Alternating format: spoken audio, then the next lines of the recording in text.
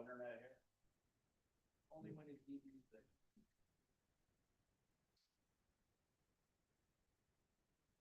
There we go. Are we live? We are live now. Almost live. Yeah, pretty close. Okay. Um, anyhow, I live in Connecticut, about 300 feet from the Massachusetts border, just near Springfield, Mass. And nice, quiet, mile away from the street in the woods location. That's now got 3 feet of snow on each side of my toboggan run driveway. So yeah, more snow than you've got up here. I'm kind of surprised. But luckily not like Providence, Rhode Island, who's got 3 feet of snow. So we missed that one. Anyhow, just so you know me a little bit more, off and on, I've been on the ARRL board since the mid 80s with a 6-7 year break. I got reelected last year after a 7-year break. And I ran again because I thought the ARRL needed to be pushed a little bit harder on a couple of really key things. One is working with the FCC, and the other is working with Congress to try to get some things done. For a number of years, there was a lot of disagreements within the board that led to some unproductive years. I guess I'll just describe it that way. At the same time, the whole amateur radio has changed a whole lot. I found it really interesting going around to different field day sites last year because earlier when I served on the ARRL board, they were much different than what I saw going around this last year.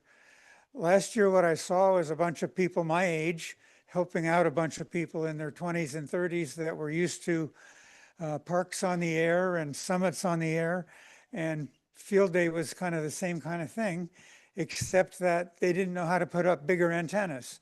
So all of the experience, the longtime experienced hams were showing the newer hams that you can do a little bit better than a 50-foot whip.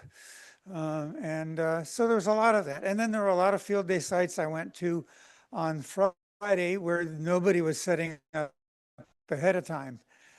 So it was only really a Saturday event. So it's very different, and it very obviously the generations are changing. And I can see just from the presentations here and the discussions here in the hallways and elsewise that a lot of that change is you're obviously seeing it in your own clubs as well. So anyhow, for me, it was a change.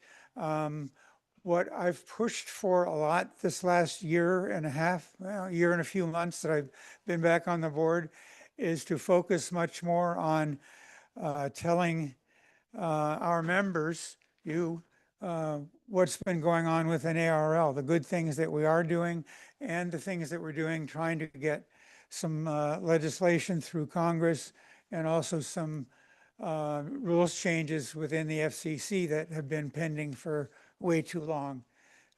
Some of the things that the FCC hasn't been dealing with are stuff that we actually filed in the mid 2015, 2016 era that are still sitting on the side with the FCC's been much more focused on broadcast and internet and other things rather than ham radio. Typically, the FCC doesn't pay much attention to ham radio. It used to be that most of the FCC staff were licensed hams. An awful lot of them used to be. Now they're mostly lawyers. You can say what you like about that, but they're much more focused on the big changes that are happening in communications that don't involve ham radio. Ham radio is going strong, and once in a while we do ask the FCC for some changes, and we're hopeful they'll eventually get to them. If you remember last year, one of the main things the FCC got a lot of publicity over was an effort they called delete, delete, delete. And their idea was, okay, let's clean house, let's get rid of regulations we don't need, which is typically something the FCC does every 10 or 20 years. It's not unusual to do it, but they were much more visible about it. And at the same time, they were going into not just, uh, the government was not just looking at FCC, they were looking at all their agencies and trying to figure out where things could be streamlined. In some ways, they've been successful, in some ways, maybe not so successful, but they are making some changes. Um, for, uh, for us, we've got some requests, or others have had some requests before the FCC to simplify the regulations on amplifiers. Right now, there's a limit of, I think, what is it, 15 dB gain in an amplifier, and that dates from the CB days when everybody was panicked about amplifier, 10-meter amplifiers being converted to 11 meters, I should say. But that's pretty much not a thing that's an urgent issue these days. And now with solid state amplifiers, there's other things you can do in order to keep the amplifiers only working on amateur frequencies. So we've asked them to make some change, or our manufacturer has asked for some changes there that they've been sitting on for 5 or 6 years now. We've actually asked for, ARRL asked for some changes 8 years ago now to allow technicians to have some different access on HF, because right now the HF access is Morse code, which you don't even need to get a license anymore. So Morse code is great, and that's my favorite mode, but it's not everybody's. And I think that technicians should be able to do digital modes on some HF bands. And in particular, one of the important things is to have the ability to communicate not only between digital modes on HF, but on voice modes as well, because there's a lot of coordination that has to happen in order not only to handle long distance messaging, but also short distance messaging. A lot of the backbone of message handling now happens digitally, but you still have to get those messages to a person that can call you on the telephone and say you got a message. So there's some interest in getting some sideband segments as well for technicians on HF bands other than 10 meters, because 10 meters is great when the band's open in the peaks of the sunspot cycle like we're in now, but in 3 or 4 years, that's going to be mostly gone. So again, that's something that we believe still needs to be changed, and we're still hopeful and working with the FCC to try to move that forward. So that's one of the things going on with the FCC. I'm sure you're also aware that in this last year, we made a pretty big effort to gain support from all of you, whether you're league members or not, into an effort to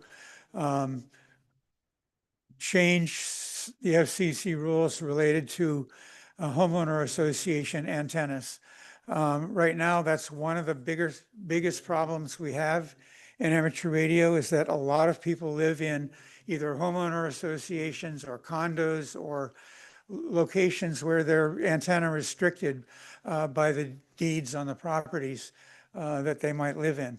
The FCC has already, or Congress has already made changes to those rules to allow for satellite antennas. They allow you to have a flagpole. Looks a lot like an antenna sometimes, but it's a flagpole, not supposed to be an antenna. And what we're doing is trying to go straight to Congress to say, hey, you should make the same exception for amateur radio. That doesn't mean that every house gets to have a 60-foot tower and a couple of beams, but it means you got to have, the ability to have something that's actually usable. And so we put together a letter writing campaign that's got tens of thousands of letters from ARRL members and non-members, as well as some family members, and as well as some GMRS radio users to help support our effort. And that's going through a couple of congressional committees right now. Both committees are basically supportive of the effort. The chairman of both the House and the Senate committees dealing with this are on board, and they're working with their members to get the rest of the members of the committee to support the effort. And we do expect sometime in the next several months to have that effort get voted out of committee and go to the full Congress for possible passage. So we're I guess we call it playing the political game behind the scenes to work through the committees, work through the supporters we have, and it's bipartisan support. We've got both a lot of Republicans and a lot of Democrats involved in it. And I think we're going to be successful, but you can never count on Congress. So you just never know. But we're making a really good effort at it.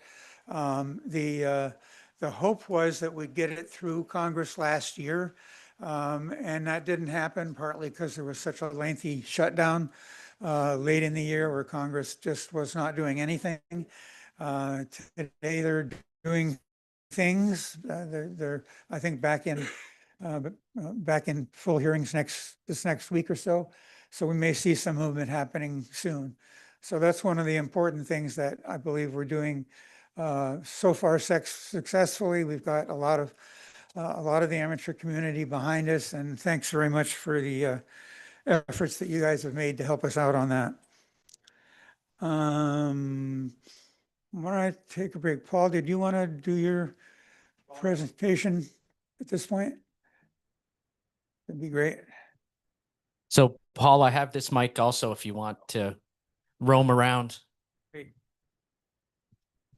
don't have much. I'm Paul, AA1SU Section Manager, and I just wanted to introduce Charles Pizzo, N1CAI. He's the affiliated club coordinator for Vermont, and he has something he wants to say. So how are you? My name's Charles Pizzo. I'm November 1, Charlie Alpha India. Some of you know me, some of you may not. I'm not a true Vermonter. I'm a flatlander that came up to Vermont. But I've been welcome to Vermont. I don't think I'll ever be a Vermonter, but I'm here today to give the radio amateurs of Northern Vermont, RANV, a certificate recognizing them as a special services club. I just want to take a minute and speak. I don't know if you guys know, but this year is the year of the club. It's really a good year for clubs and things that are going on with the league. There's a lot of activities going on. There's a lot of different events that are going to be related to this, and also for you guys in Vermont who are club members at different clubs or RANV. I just got on the education council for the governor. So I am going to be reaching out to people because as Tom was saying, it's important to get young people involved, and there's a lot of stuff going on with the club. So with the year of the club. So this year, I think is a good year. I'm going to push for a couple things. I'm down in central Vermont near VTC and Randolph Tech, and I want to get kids involved there. I know there's some people in Rutland that are working to get some kids involved down there as well. I'd like to bring that up here. I'm going to put the arm on Mitch to see if I can get him to do some technician classes for the younger people, and whatever support I can get from you guys would be great. Is there anybody from RANV here today who'd like to accept the award? Okay. So I'd just like to take a moment and give you guys this award, but the Special Services Club Award recognizes that RANV does a lot for continuing education, emergency services, and emergency communication, and just the footprint of amateur radio in the state. Like I said, I'm a transplant. When I first came to Vermont, I ran into more RANV members, and they were like, oh, gee, you should take the ride up north and come up here and hang out with us. And RANV is one of the clubs that welcome me with open arms. So it's with really great pleasure that I present you guys with this today, because you guys do a lot for amateur radio's footprint. Thank you very much.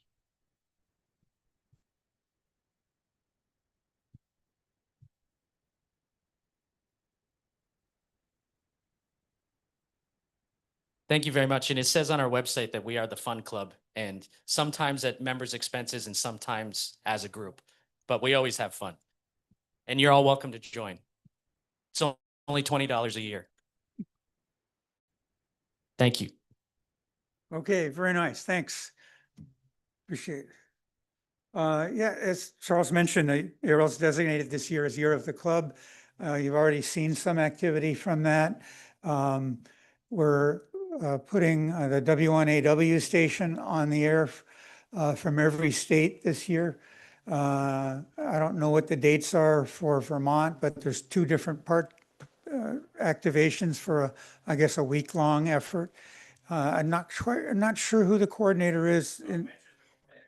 We had one at the beginning of February and the other one's in August. In August? Okay, all right, good. But each state is on. I know there's a portable 4 and a portable 7 on this weekend. I heard them last night. So Massachusetts, I know one of them's going to be the same weekend as the Ham Expo, New England Division Convention. I think, not sure when the other one is. But anyhow, and there's also an award for working the W1AW portable operations in each state. There's going to be an award for just working club stations during the year, and I believe another one just for working any station in each of the states during the year. So there's quite a lot going on with clubs, and encourage you to get your club on the air as well during the year. Okay, so enough on that. Most of you are aware that a year and a half or so ago, the ARRL, like a lot of organizations, ended up getting hacked by some unsavory people. We ended up getting locked out of our systems in May of 2024, which really threw us for a loop for several months. We kept most of our main activities going, sometimes on a shoestring, but it taught us a lesson about investing in IT and IT security. We obviously didn't want to learn, but learned the hard way. We had to go back to the beginning of 2024 and recreate all of our financial data. We had to re-engineer a number of our systems, including Logbook of the World, our DXCC software, which I will point out we had successfully not upgraded a number of times. It was actually running on I guess an older version of Windows, like Windows XP or earlier, and couldn't be connected to the rest of the network just because it was such an antiquated thing. So we were moving data by USB drives or something from it to our main network. But we learned a lot. We've made a lot of changes. We've got 98% of the issues resolved at this point. A couple of things to go, and we're actually starting on some new projects, or more accurately described, some postponed projects that we had hoped to do a year or two ago. So I will say we've done a fairly good job of getting through that. We hope that's not going to happen again. But any business, any company could be hacked. I know a couple of other organizations in my town have taken out some insurance to help deal with that if it happens. Luckily, ARRL did have insurance, and a lot of the costs involved with recovering were covered by insurance. And any significant company should have that in place. We ended up, the immediate issue we had was they were asking for a lot of money to unfreeze our systems. It turned out they had been inside our network for several weeks before they decided, okay, now we know that you don't have anything, we're going to shut you down. And there's no credit card stuff to steal and no money to steal. So they just said, well, just pay us a ransom. And we paid them somewhat less than they asked for, but it was covered by insurance, which was really good. A lot of the work we've done since then to fix, improve, isolate systems, we've had to pay for that. But it was a manageable cost, and things are mostly, almost all back to normal now, I would say. Um, ARL over the years has changed just like any organization. Um, I didn't mention it earlier, but I actually worked at ARL for almost 4 years when I was in my 20s and early 30s. Had a great time. I was running the contest program for 4 years. And that came after spending a year uh, as a radio operator in Antarctica before coming to ARL. So I moved from California to Antarctica to Newington. Um, yeah, so, but I was actually born in New Jersey and I lived in Northampton and I got around. But coming back east was really a good decision because there are lots of trees around here and I like trees. And California was full of towns and not many trees.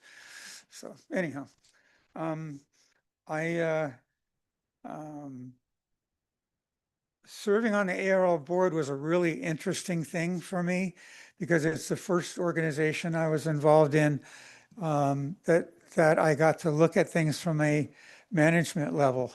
I've always worked for other people before that, and working with ARL and Robert's rules and the way you conduct meetings and how you're supposed to handle meetings was a really interesting learning experience for me. And as a result, one of the things I did was I got involved in my local town's politics. I got involved with a computer committee that the town had because they were trying to upgrade their stuff. And my work after ARL was working for a insurance company in the Hartford area doing IT work. And so I ended up doing some IT work for my town. I ended up on a couple of boards and commissions, like planning and zoning. And by the way, every one of you should get involved with your town in some way, whether it's helping the emergency management teams in town or your planning department or the governance first selectmen or whatever they're called in Vermont. And get involved in some way. It's really a worthwhile thing to do, and you can use a lot of things you learn in amateur radio and in your own local club to help the town out. I actually ended up doing one term as the first selectman in my town. It was an interesting year because that was 2008, 2009, when the economy went down to went terrible, and we didn't have any new projects, but we had to keep the old things going. So I learned a lot, but I also learned that elected office can be short-term, and it was. uh, but whatever, my town is mostly of a different party than I am. I'll say it that way.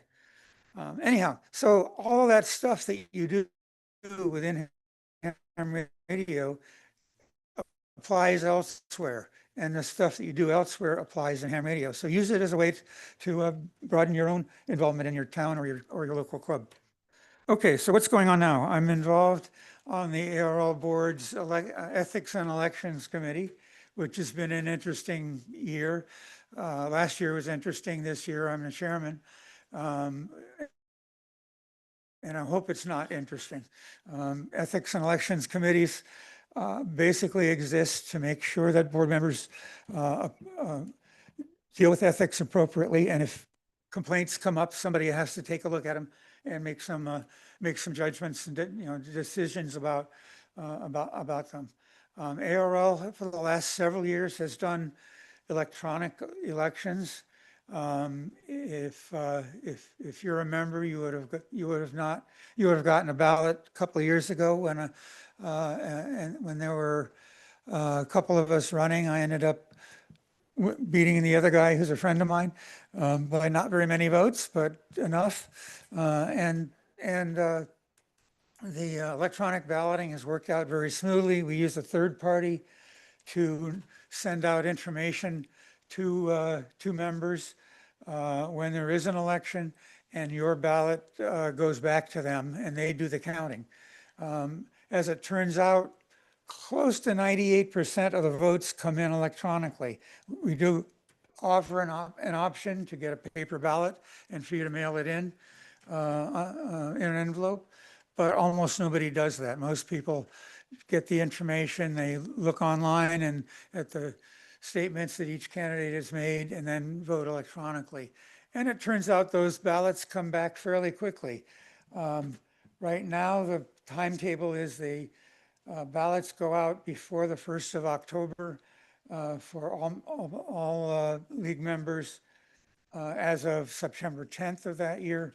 And then they're counted the third week of November. So you've got all of October and several weeks in November for campaigning. And a lot of that has to happen early on in that time period because most of the ballots are mailed early on.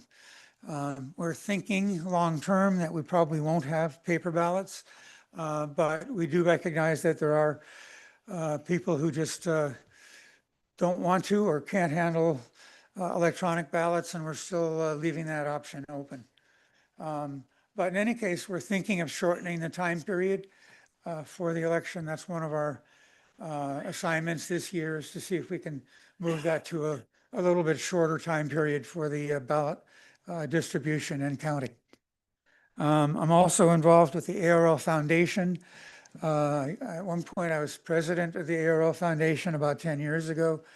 Foundation has grown significantly in the last 10 years. We give out 170 scholarships to really well qualified, mostly students, but not always high school students. There are a number of scholarships that go to, I'll call it people who decide to go back to school and get graduate degrees at a later point in life. But 170 of them were funded last year, and that was for $800,000 in total. Some of them were very, very significant, like $30,000, $40,000, $50,000. And some were not only that much, but that much for several years worth. And then there's a lot of them, they go down to about $500 or $1,000, which is enough to cover books and other things, but certainly not the full expense of a college education. But it's amazing to see the quality of the people applying for scholarships. I mean, it's just absolutely amazing. I look at them and say, if I put in my request for a scholarship, I would not have been in the upper half. I would have been in the lower half of the people that apply for scholarships. There's some really incredible talent out there, and you'll see each year in the fall a bunch of pictures of the scholarship winners, and there's a pretty amazing group of them. Anyhow, so that's a lot of fun. I'm also involved with the board's planning and services committee that deals with things like DXCC and contesting, among other things. Currently there's a lot of activity there. We're trying to figure out, now that the sunspot numbers have pretty much peaked, we think, we're starting to see the number of entries go down a little bit. We're a little concerned about that in some cases. So we're working to see what we can do to make some rule changes to encourage activity. We're pretty much focused on ARRL sweepstakes. That's an unusual contest where you can work people once on one band, and the exchange is a little more complicated than others. So people really like contests where it's fast and easy. They don't like contests where it's a little more complex, where you have to copy serial numbers or other things. So we're trying to figure out how to balance that and not make everything all the same, and looking at ways to improve the activity there. One of the things we decided to look at this as a result of this most recent ARRL board meeting in in January, is a lifetime license. FCC, it's possible to have a lifetime license. FCC has been reluctant to do that in the past, but we think we can make a reasonable case to the FCC to make a change there. It would certainly save them money, and that ought to be appealing to them. We're looking at that, and we're looking at ways that we can pass data so that MCOM ARRL traffic can more easily be sent on behalf of served agencies that that might not be able to be sent otherwise. Canadians have worked out something that's pretty useful.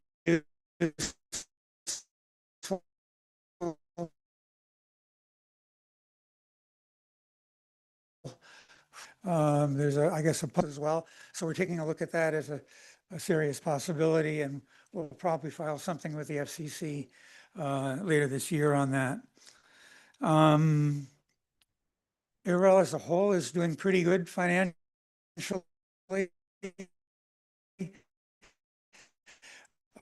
It's all we take any money that we do make and put it back into the organization in terms of trying to get legislation through, trying to improve on the services that we offer U.S. members, and helping to fund things like the field organization, ARRLs, and so on. So that's a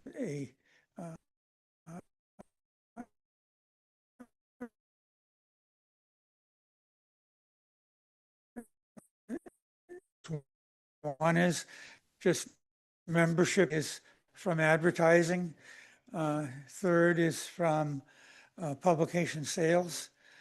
We sell a bunch of books and other things. And fourth is donations. And we've got a fairly large number of people that have put us in their will, either for some or part of,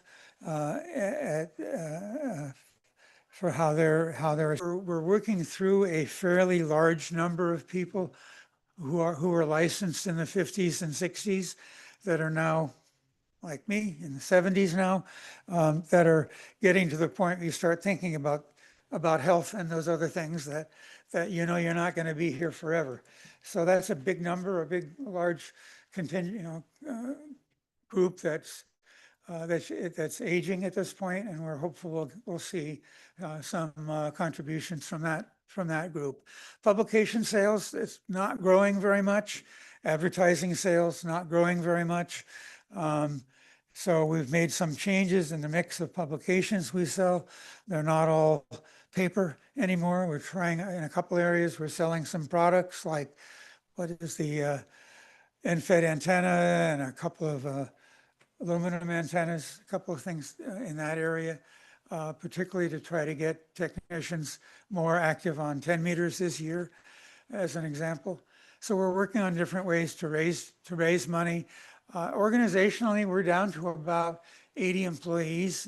When I worked there 30, 40 years ago, might be more, we were up at 110 or 120 employees. So we're doing a lot more with fewer people, and always on the look for things that we can do more efficiently.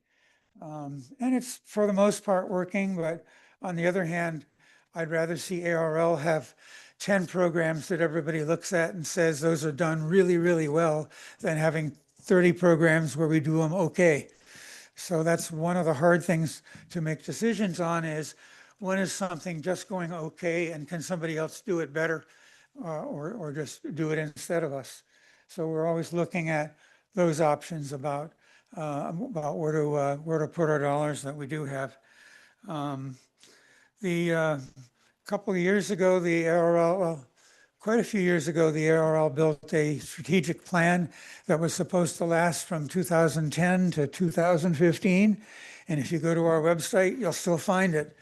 3 years ago, the ARRL board passed what they called well, they started a committee to do an update to the strategic plan. And a year and a half ago, they came out with something called a 3-year strategic plan, which is really a misnomer. It's not a strategic plan. It's a 3-year, what are we going to do plan. And it was basically done by some staff members and a couple of board members and maybe one outside member, but not the whole board was involved and and there was no feedback from membership. So I can't say it was a really good strategic plan. Oh yeah, and the last thing was it would become public as soon as our executive committee said it was okay to make it public. Well, our executive committee has not made it public yet. And we're a year and a half in, and next year it'll be done. Theoretically, they're going to make that public next couple months. We'll see what happens. But I'll tell you, it's not a strategic plan, and it needs to be done better. And long-term, some people will say you don't need a strategic plan. You just kind of go year by year and hope you're doing the right thing. But it's also very good to not only have a plan in place, a list of the things that you want to accomplish, and also a way to measure what you've done so that you know that you've not only followed the plan, but been successful with it or not, so you can make adjustments. And we're still not doing that well, but hopefully we're moving in that direction. That was something that still needs to be followed up on. And I'll tell you that behind the scenes, I'm real unhappy with how that's going, but to you, I'll tell you, we're working hard on it. So we've got some work to do there. Okay, I talked about that.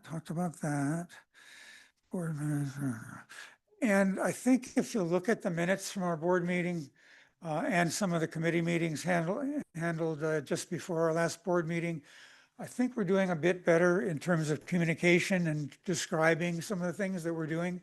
That has been a sore point as well, that we've been actively focused internally, but not externally. We haven't been telling you what we've been doing well enough. You know, if you read through the board minutes, they have been a little bit too dry and too terse.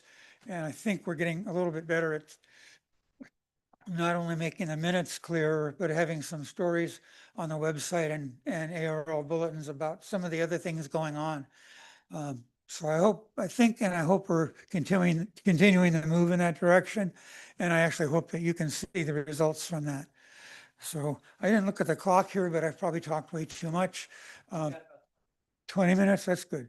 So why don't I stop talking and start listening what comments you guys may have, plus and minus, how are we doing? What do you want to know? And I'll tell you what I can. The- Everybody that has the microphone. You have a mic that's Here, not working. that I'll hand to you. Thank you. Art WB2WFJ. I live in Killington. Where does ARRL stand now on membership, like a percentage of hams in the states or percentage of total hams or active hams? I don't know what statistics you keep on that. And is it growing? I can lie with statistics just like anybody. There's 800,000 licensed hams, and there are about 116 or 17,000 ARRL full members. And a full member is somebody who's not only, not a student member, but either a life member or is paying yearly dues. So that's a little under 20%. But if you measure by active hams, it's a lot different, because of those 800,000 licensed hams, the number on the air is closer to 25% of them. We haven't done a careful survey in quite a few years, but the last time I measured, I spent several weeks just tuning around on 160 through 2 meters and writing down call signs. And then I had that list compared to the ARRL membership list. And when I did that, the number of active hams was around 8%. I suspect it's a little less than that now. And even on VHF, it was closer to 60%. So depends on how you want to measure it, like you said. But the league has a pretty good percentage of the active hams. I guess I'll just say it that way. We'd love for it to be more. We've raised the dues a number of times over the years, and every time we do, obviously the membership drops a bit for a few years, and that's the case in the last few years. We not only raised the dues, but we took away the printed QST as part of the basic dues and made you pay extra for about what the postage is, about $2 a copy to get a printed copy. I think that was a mistake in how it was handled, but that's what the board did before I got back on it. So at this point, we lost a fair number of members last year, maybe 8,000 overall. This year, we're losing less per month. I don't have today's the last day of the month, and in a few days, I'll have the February numbers, but January was a fairly minor loss. January was a fairly minor loss. February, I hope, will be either similar or we'll start to see some growth again. Did I answer your question well enough? We grow it by providing good services and better communication with members. I mean, we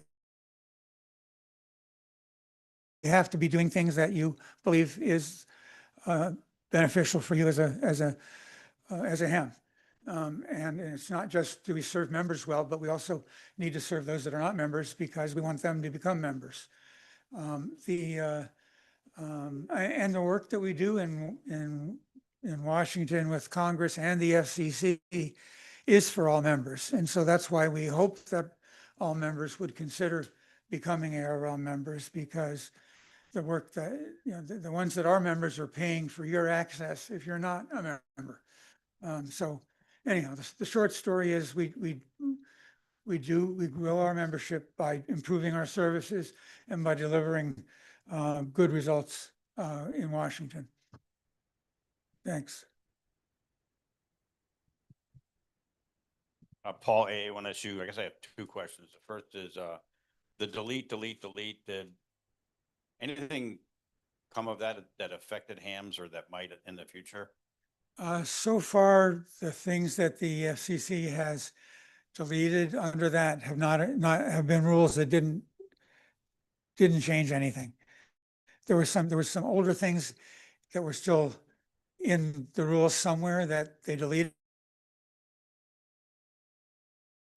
but they don't impact current activity.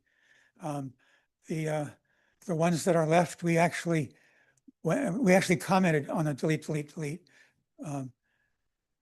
process to say, hey, don't throw away these items that have been requested.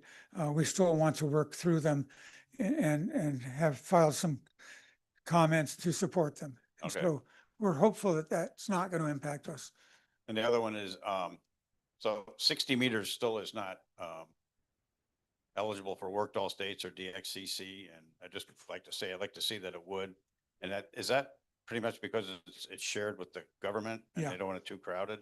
Yeah, that's the main reason is that we're not exclusive there. We're secondary and second to the government. And we've basically stated that we'll watch what kind of activity we put there to not cause any issues with the other radio services using that spectrum. Right now, we still have 4 channels that are allowed to be 100 watts. And then we've got a 20 kilohertz band that you're limited to 10 watts on because of changes made internationally. We're still hopeful to get 100 watts on to keep 100 watts on that full spectrum, but that's going to come in the future. Thank you. Yep. Any other comments or questions? Oh, I don't know you, do I? I am so glad you mentioned about the fact that the league has some antennas that it's selling, right? So it's not just about books. And I was there 2 weeks ago and I bought, they have the aluminum antenna you mentioned was for 10 and 6. And I bought it and I put it up and it's awesome. But what's more important about that is in our club, we're trying to get folks that just got licensed to be active, and 6 and 10 is perfect. for the new techs. And it's a very light antenna. You put it on a mast, you can put a TV rotor on it, so you don't have to spend thousands on a tower. It's a great product. You guys should all go get it. It's awesome. So sorry, I didn't have a question, but I think so. It's awesome. I don't know, who let you in here anyhow? That's Dennis and one IMW. You don't know Dennis? That's okay. New Hampshire section manager and wise guy. Good guy. Dennis, by the way, if you ever do an ARRL booth with Dennis, you will not ever talk. He will do all the talking. He's incredible. He's a professional salesman. I guess let's say it that way. Come to Beer Fest and come to the New Hampshire tent and we'll all have fun. Yeah, good. Anyhow, oh yeah, I should mention, I've got some cards for the Ham Expo in August. We're looking to grow it a little bit more this year. We did pretty well in getting a larger crowd last year and doing the same thing this year, trying to expand the flea market. We're already pretty full up on vendors. We're maybe going to have to expand the vendor area a little bit. We're almost to the point with Ham Expo that we might have to lease one of the neighboring buildings in order to have our vendor area. And the vendor space will be open, I believe, Friday night as well this year. So it'll be open a little longer hours. So anyhow, trying to make improvements there. Other questions that people may have? ARRL budget, just so you know, is around $15 million. It's been higher in the past, but we're down to about 15 million. Some of that is we got some better people in different slots in Newington, and in some places we've got fewer people, and the other ones are being overworked. But it's a fun place to work. I mean, I worked there for 4 years, and I will say, it's when I worked there, the most amazing thing to me was how many smart people worked there doing things they really like to do. A fair number of them are retired and have come from the corporate world and making a whole lot more money, but not having as much fun.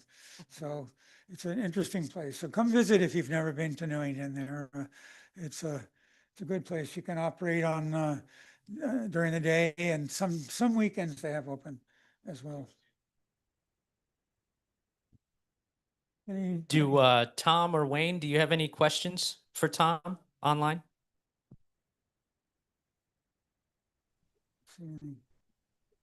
Oh, I'd be curious to know if it's possible to compile a web page showing the various hands-free regulations around the country. We're starting to get the travel Tom, we see season that you're again. unmuted, but we can't hear you. You can post your question in the chat if we can't. Yeah, I'll do that.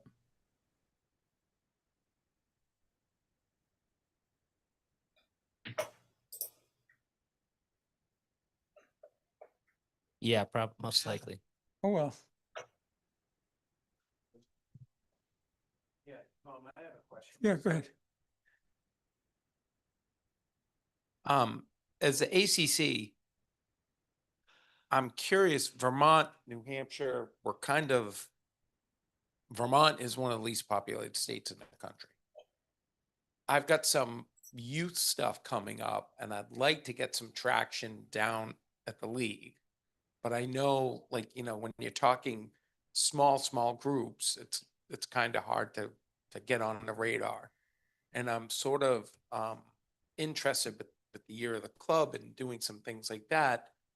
Do you think that's gonna open that up a little bit for us? Like, because I have teachers that ask me things, but I have like schools where I have like 6 or 8 kids interested. It's not a big number.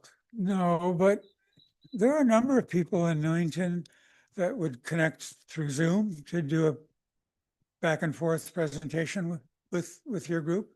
So I don't think it's impossible. A lot of it just has to do with scheduling. You can work through Steve, WV1X. or Steve Goodgame sometimes does them as well. He's been very active in the New York City couple of schools there, New York area. So it's not impossible. There's not as much travel that we're doing to even to conventions. You get me? Yep, But no. I'm not a good one to talk about Well, the school one of the stuff. groups is in Rutland, there's a military reserve center, Yep. like the Army Reserve is there. And a group is it's a group of kids from there who are connected to a school at the airport. And, they've got money to travel. Like I could probably get them to Newington if I wanted to. Hmm. It would be a small group, but it would be something I'd be interested in doing, and I'd be interested in sort of pushing that a little bit. That might work out too, going there. Yeah, okay. But I think at the very least, getting somebody from Newington to connect with you up here would be the first step Yeah, to see. okay. Yeah. Maybe I can connect with you and get a name. If so- you don't, yeah, if you don't ask, you'll never find out. I guess I'll put it that way. Be squeaky. Okay. Okay. So we got a question from Tom online. He says, it's been a long time since we've seen each other, Tom. How about a web page showing hands-free laws around the country? You would bring up the website. The ARRL website is messy. It has not had a significant update for almost 15 years in terms of its software behind the scenes. It badly needs to be updated and improved. For me, the best way to search the ARRL website is to use Google. And it finds things better than the website's own search process. One of the things that the website does not have right now is even an up-to-date list of newsletters that we send out, like ARRL letter or club news or volunteer exam news. There's a place where stuff before May 2024 is listed, but nothing since that hack is listed. That's been a sore point of mine and of Phil K9HI, our vice director. So we've been twisting arms in Newington to get that moved up the queues to get at least brought up to current. Okay. So yeah, I hear what you're saying, Tom. I agree that would be useful to have. And even just, it may be that we can do something for the New England states as a start and do that off of the New England portion of the ARRL website, the neddiv.arrl.org, that we can probably put something together there. So I'll take that as a good suggestion and try to move with it. Okay, another 30 seconds. Any other Any last questions? questions, comments? Thank you all for coming. Much appreciated.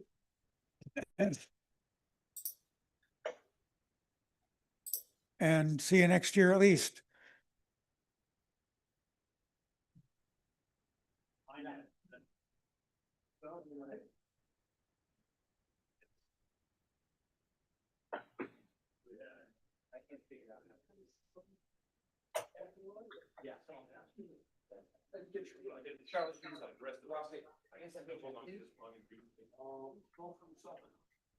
Yeah, okay.